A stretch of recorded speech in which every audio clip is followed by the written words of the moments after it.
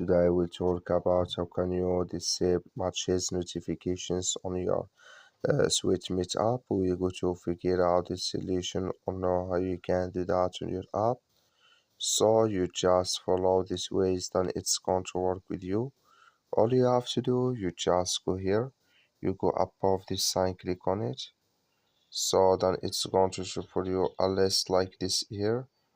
So then you click here on settings, just click on it. Then it's going to take you to this list here. You click here on application settings, just click on it. Then it's going to take you to this list here, just click here on push notifications.